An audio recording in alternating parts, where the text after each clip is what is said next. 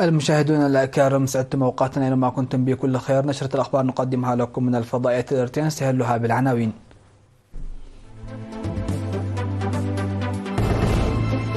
تصريح صحفي بعنوان حيل يائسة لإثارة الصراع. دعوة للدفع بقطاع السياحة في إقليم الكشبركة.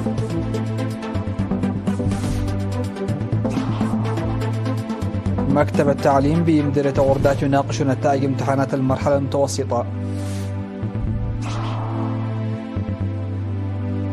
طهران تعلن انتهاء هجومها على إسرائيل، وواشنطن وتل أبيب تتوعدان بالرد. تنصيب شينباوم رسميا أول رئيس للمكسيك.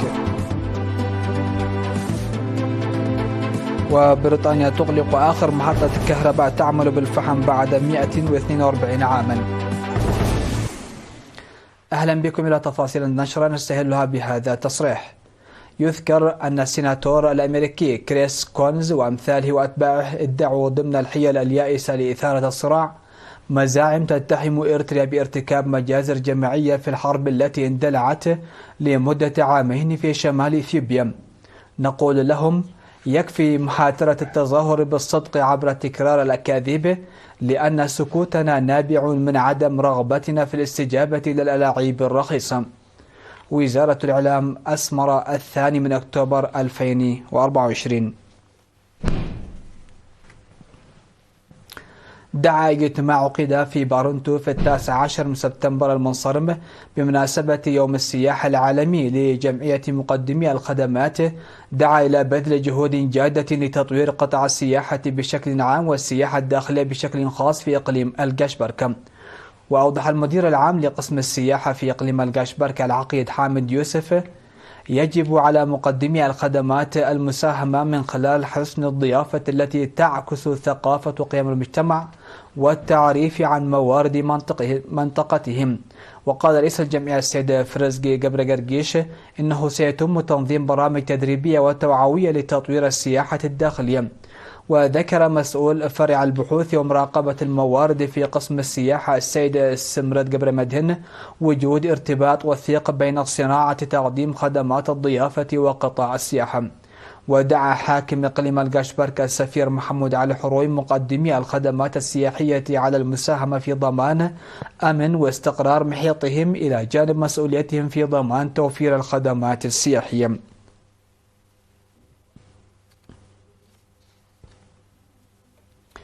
عقد مكتب التعليم بمديرية غردات في 29 سبتمبر المنصرم ورشة عمل لمناقشة كيفية تحسين نتائج الطلاب في الامتحانات الوطنية للمرحلة المتوسطة بمشاركة المعلمين وأولياء الأمور وممثلي المؤسسات ذات الصلة بالشأن.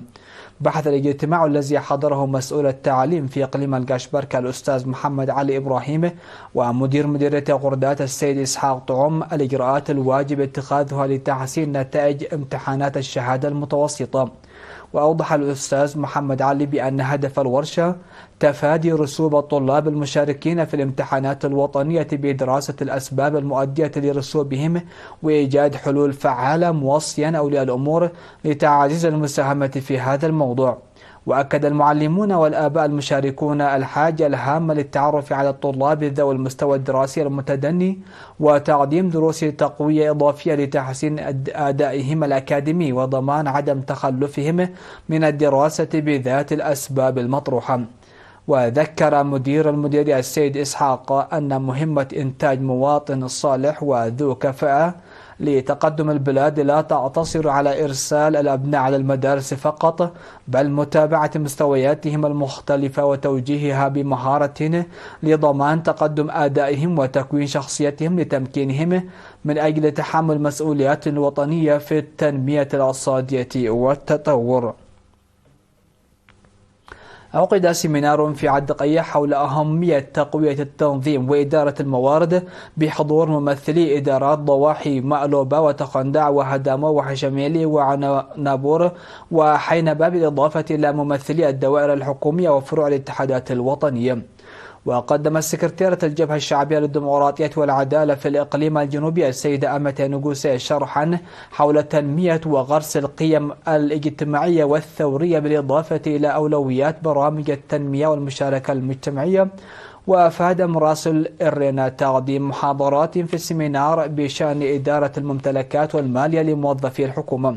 من جانبه أكد مدير مديرية الضيح السيد هبتاي تسفازجي على أهمية السيمينار وتوقيته، وحث جميع موظفي الحكومة على توخي الحذر واليقظة في إدارة الموارد المحلية بشكل عام والممتلكات والأموال بشكل خاص.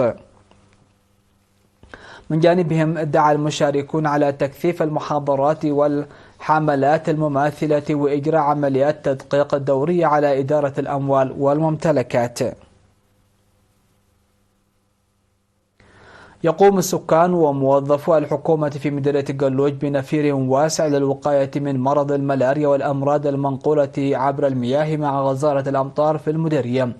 وقال مسؤول الصحة البيئية السيد ميكائيل جبرهيوت إن أعمال دفن البرك والنظافة البيئية المدعومة بالآليات تسير جيدا، كما انخفضت عدد الإصابات بالملاريا من 1200 حالة في أغسطس إلى 400 حالة في منتصف سبتمبر نتيجة هذه الأنشطة. وذكر رش المنازل بالمبيدات الحشرية وتوزيع نحو 54 ألف ناموسية على الأهالي. يوجد في مديرية قلوج مستشفى عمومي واحد ومركز صحي و7 عيادات، بالإضافة إلى 50 من وكلاء الصحة و4 ممرضين متجولين عاملين في مكافحة الملاريا. مشاهدينا فاصل قصير ومن ثم نعود لنوافيكم بالأنباء على الصعيد العالمي.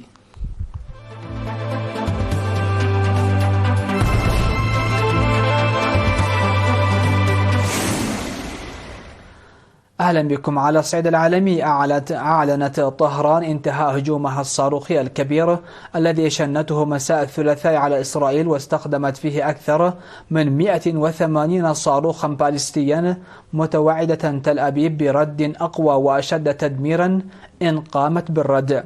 بينما تعهدت إسرائيل بالرد بالتنسيق مع حليفتها واشنطن، وأعلن رئيس وزرائها بنيامين نتنياهو أن إيران ستدفع الثمن.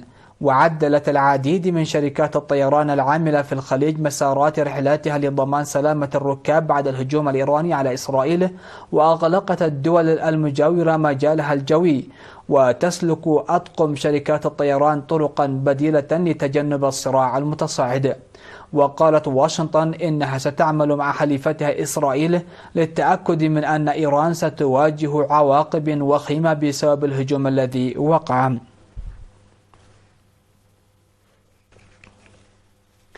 فازت شينباوم التي أدت اليمين الدستورية أمام النواب وأعضاء مجلس الشيوخ المجتمعين في الكونغرس في الانتخابات الرئاسية في يونيو الماضي بحصولها على نسبة تتناهز 60% من الأصوات. وكانت كلوديا شينباوم التي أدت اليمين الدستورية أمام النواب وأعضاء مجلس الشيوخ المجتمعين في الكونغرس فازت في الانتخابات الرئاسية في يونيو الماضي بحصولها على نسبة ناهزت 60% من الأصوات. وتنتمي شينباوم إلى حزب حركة التجديد الوطني مورينا اليساري الحاكم، ويتمتع حزب مورينا وحلفائه بغالبية مريحة في البرلمان تسمح لهم بتعديل الدستور من دون معارضة. الخبر الأخير في هذه النشرة: اتخذت بريطانيا خطوات تهدف إلى خفض انبعاثات الكربون وإنهاء حقبة الاعتماد على الوقود الأحفوري لتوليد الطاقة التي بدأت منذ 142 عاما. وأعلنت بريطانيا اعتزامها إغلاق آخر محطة لتوليد الكهرباء تعمل بالفحم في البلاد، وكذلك أكبر مصنع لإنتاج الصلب بالطريقة التقليدية، لتصبح عضو مجموعة ال20 الوحيدة دون إنتاج محلي كلي للصلب في طريقة تحول للإنتاج الأخضر. وقالت بريطانيا إنها ستغلق مصنع الصلب في جنوب ويلز الذي تديره شركة تاتا ستيل لتنهي إنتاج الصلب من خام الحديد بعد أكثر من 100 عام من انطلاق الصناعة، وذلك وسط التقديرات بخسارة آلاف الأشخاص عملهم في المصنع. وكانت عمليات إنتاج الصلب في بريطانيا عن طريق عملية استخراج تقليدية تجعلها ثامن دولة في أوروبا من حيث الإنتاج بإجمالي 7 ملايين طن وفق بيانات حكومية صادرة في عام 2019. ختاما لنشرة هذا المساء مشاهدينا في كل مكان، إليكم أبرز العناوين.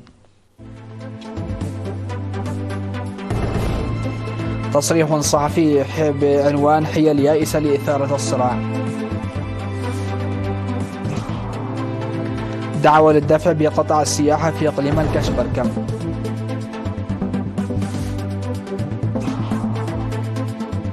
مكتب التعليم بغرداد يناقش نتائج امتحانات المرحلة المتوسطة. طهران تعلن انتهاء هجومها على إسرائيل، وواشنطن وتل أبيب تتوعدان بالرد. تنصيب شينباوم رسميا أول رئيس للمكسيك. وبريطانيا تغلق آخر محطة كهرباء تعمل بالفحم بعد 142 عاما. مشاهدينا الأكارم، هكذا نكون قد وصلنا وإياكم إلى نهاية نشرة هذا المساء. هذه تحيات وتحيات الفريق العامل، دمتم في أمان الله.